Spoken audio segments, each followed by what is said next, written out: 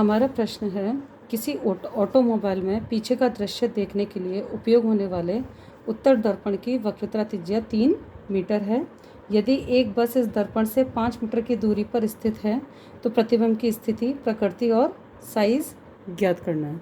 ठीक है, अब हम क्या करेंगे, हम इस प्रश्न को करने के लिए, क्योंकि इसमें उत्तल दर्पण का प्रयोग हो रहा है ना, तो उत्तल दर्पण बनाने के लिए हम एक रफ डायग्राम बनाते हैं, उससे आपको सारे आइडियाज़ लगाने हैं। उत्तल दर्पण कैसा होता है, ऐसा है ना, बल्जिंग आउट, बाहर की तरफ से मोटा।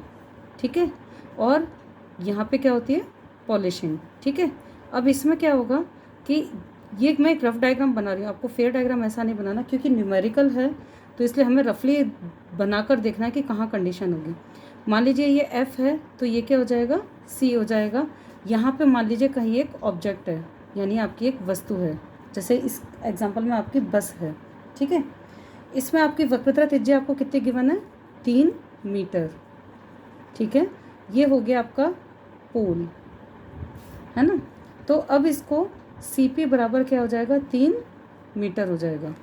ठीक है, अच्छा PF ये हो जाएगा 3/2 बराबर 1.5 मीटर। ठीक है, तो अब इसमें आप ये ध्यान दो कि जो आपका जो वक्रता केंद्र है और जो फोकस है वो इस दर्पण के सीधे हाथ पर है या उल्टे हाथ पर है, कौन से हाथ पर है, उल्टे, सीधे सीधे हाथ पे बेटा।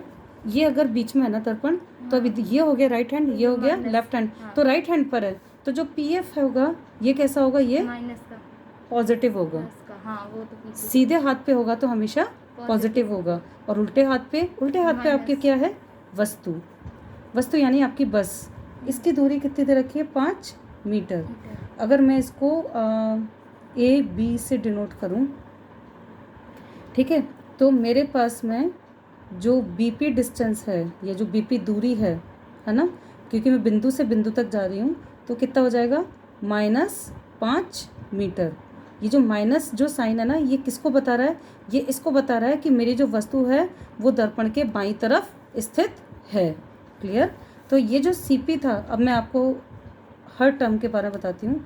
CP क्या था हमारा, ये था फोकस दूरी, तो ये स्मॉल f हो गया, स्मॉल f बराबर 3 मीटर। ठीक है, अब FP CP ना CP is equal to R है, sorry, CP is equal to capital R।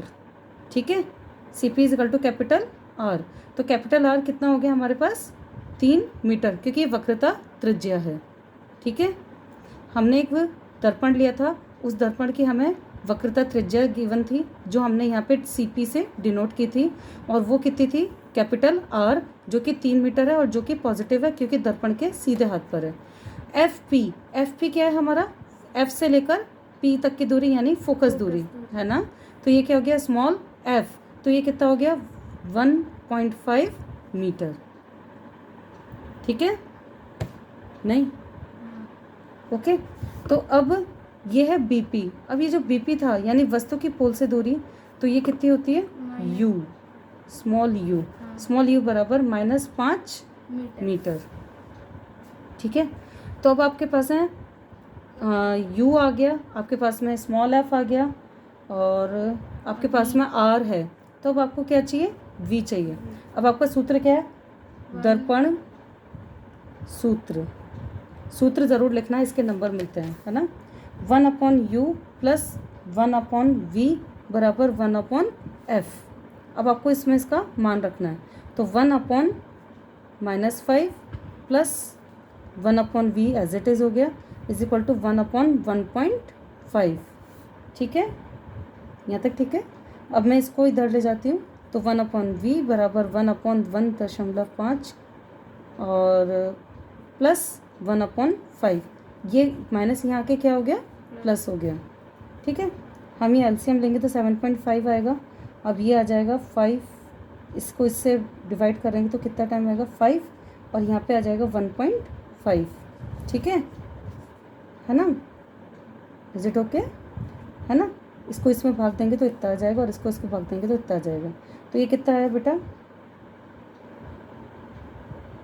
ये हो जाएगा आपके पास 5 + 1.5 6.5 अपॉन 7.5, या फिर ये तो क्या था आपका 1/v था, अगर मैं v करूँगी तो ये भी क्या हो जाएगा उल्टा, उल्टा तो 7.5/6.5, तो ये कितना हुआ प्लस 1.15 मीटर।